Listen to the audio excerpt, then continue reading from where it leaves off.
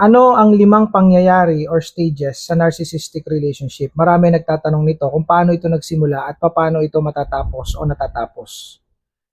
Una, ang gagawin muna ng narcissist ay papasok muna siya sa tinatawag na peaking stage. Ito yung unang gagawin niya. Mamimili siya sa mga kalalakihan at kababaihan sa paligid niya. Kung ito man ay katrabaho niya, kaklase, kapitbahay, o kaya ay kanyang nakilala sa online, o kaya ay sa mga dating app, kung sino man ito na kanyang nakilala at ito ay nag-fall doon sa mga criterias niya, yun. Kung hindi ka nag-fall sa criteria, hindi ka. So ano yung criteria? Empathetic. Kailangan ikaw ay mapagpatawad at mabait na tao. At syempre, kailangan meron kang sinasabi sa buhay. Mayaman ka, may kaya ka, may pera ka, may properties ka, may position ka sa gobyerno, may position ka sa kumpanya, no? Ikaw ay maimpluwensya. So yan yung mga criteria, no, na hahanapin ng isang narcissist. So targeting scanning, ang tawag diyang picking face. Ngayon, bakit itong mga criteria na ito ang hinahanap niya? Ito kasi yung criteria na kailangan niya as supply. Yung tawag doon narcissistic supply or hut-hut. So yung kanyang mahuhut-hutan. So kailangan ay meron siya mahuhutot doon. Siyempre kung yun ay mahirap, walang-wala, ay anong mahuhutot niya doon? Hindi yun kanyang tatargetin. Ano yun? X yun. So i-X niya yun. So basically, yung may kaya, mayaman, merong sinasabi sa buhay, plus, empathetic, ibig sabihin, good person, at yung person na mapagpatawad. Another one, pagka napili na, eto na, napili ka na. Kung lalaki ka, sinagot ka na. Napili ka na. Kung babae ka, no, niligawan ka na. Talagang pinagpukusan ka na. Eto na. Papasok na sa second phase. Ito yung love bombing phase. Itong love bombing phase, ito yung fairy tale phase na tinatawag ko. Gagawin niyang parang fairy tale ang buhay niyong dalawa. Kung ikaw ay lalaki, gagawin kang parang prinsipe. Kung babae ka, gagawin kang prinsesa o reyna. So, ibibigay lahat sa iyo ang kaya niyang ibigay. Kung meron siya ibibigay, reregaluhan ka, tapos sasabihan ka ng, alam mo, ikaw yung pinakamagandang nangyari sa buhay ko. Ikaw yung soulmate ko.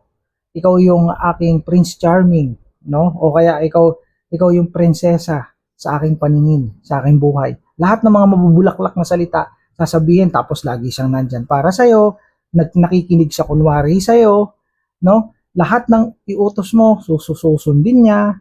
Basta't siya ay todo bigay sa iyo. Ang tawag ng love bombing.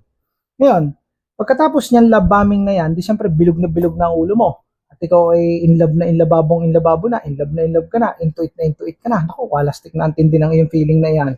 Talaga namang para kang lumulutang sa sa iyo kinalalagyan, sa iyong pagkakaupong yan ay talagang in love ka. Ngayon, susunod niyan, kapag nakita niya na ikaw ay bilog na ang ulo, no, kagat ka na, no, parang mangingisda na nakita niya na kinagat mo na yung bitag, yung bingwe, yung pamingwit, hihilahin ka na niya.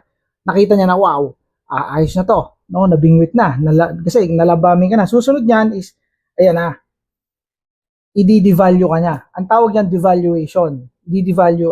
Pag sinabi nating devalue, ito yung tatanggalin na niya yung maskara niya. Pag tinanggal na niya yung maskara niya, makikita mo ng tunay niyang pagkatao. Nawawalang hiyain ka na niya.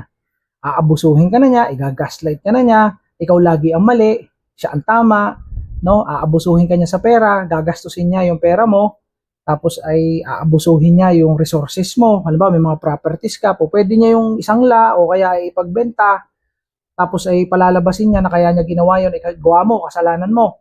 Kaya ako nagkaganito, kaya ako nagsugal, kaya ako binenta ang iyong sasakyan o ang iyong bahay, gawa mo, ikaw may kasalanan, pinabayaan mo ako hindi mo ako binigyan ng atensyon kasi puro ka trabaho. So, na pinabayaan mo ang iyong responsibilidad bilang asawa ko. So, ang mangyayari niyan, mababaliktad ngayon yung pangyayari. Babaguhin niya ngayon yung sitwasyon, matutwist. So, ikaw ngayon, sisisihin yung sarili mo. Tapos mamaliin ka na mamaliin, bobobohin ka ng bobobohin, kung ano-anong sasabihin sa iyo hanggang ikaw ay maapektuhan ng mental health. Ang mangyayari dyan sa iyo is bababa yung tingin mo sa sarili mo.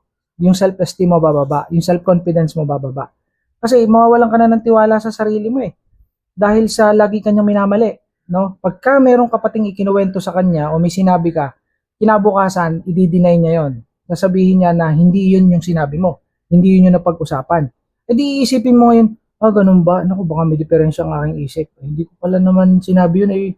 Pero parang sinabi ko yun. So, from time to time, ganun ang ginagawa hanggang makondisyon na yung utak mo na may problema ka. So, may mga magkakarelasyon na ang tingin sa sarili ng kanyang asawa, sa kanyang sarili, no? Ang tingin ng, halimbawa ako, ang tingin ko sa sarili ko, ako ay may diferensya sa isip, may diferensya ako sa pagkatao. Pagka nagtagal. So, yun yung problema dito sa devaluation. Ito yung third stage, no? Another one, next stage, 4, no? Ito yung discard.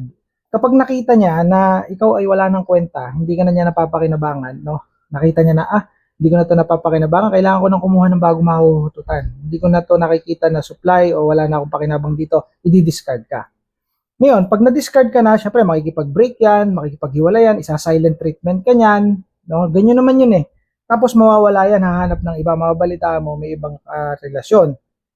Ang problema dyan, babalik yan. Bakit? Kasi meron pang ikalimang stage. Ano yung ikalimang stage? Hoovering. Itong hoovering na to, ito yung stage kung saan babalikan kanya o pababalikin kanya. Gagawa siya ng paraan para ikaw ay bumalik sa kanya, i-attract kanya. So, kumbaga, hihigupin kanya pabalik. Hindi siya ang lalapit sa'yo. Ikaw ang unti-unti niyang palalapitin sa kanya. Ang tawag doon, hoovering. Came from the word hoover, isang brand ng vacuum sa ibang bansa. Kaya doon dinerive or kinuha yung word na hoover, na ginawa naman verb, ginawang hoovering, di ba? So, yun na yun. So, hoovering. So, this is a never-ending story. So, it's a cycle. Hindi ito natatapos. Kaya akala nung iba natatapos to. Hindi, babalik to. Kasi pagka nakita niya na alanganin yung kanyang supply na bago, meron siyang bagong boyfriend o bagong husband o bagong kinakasama, alanganin, di pa siya sigurado, babalikan ka nito.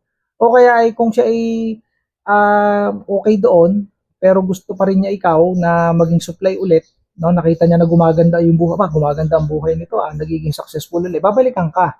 Kaya mapapansin nyo, merong mga ex na tumatawag out of nowhere, yung after 1 year or after 6 months or after 3 months or 1 month, bigla na lang tatawag o kaya bigla na lang mag-chat-chat sa inyo. Diba nakakapagtaka? Nakakahinala ito.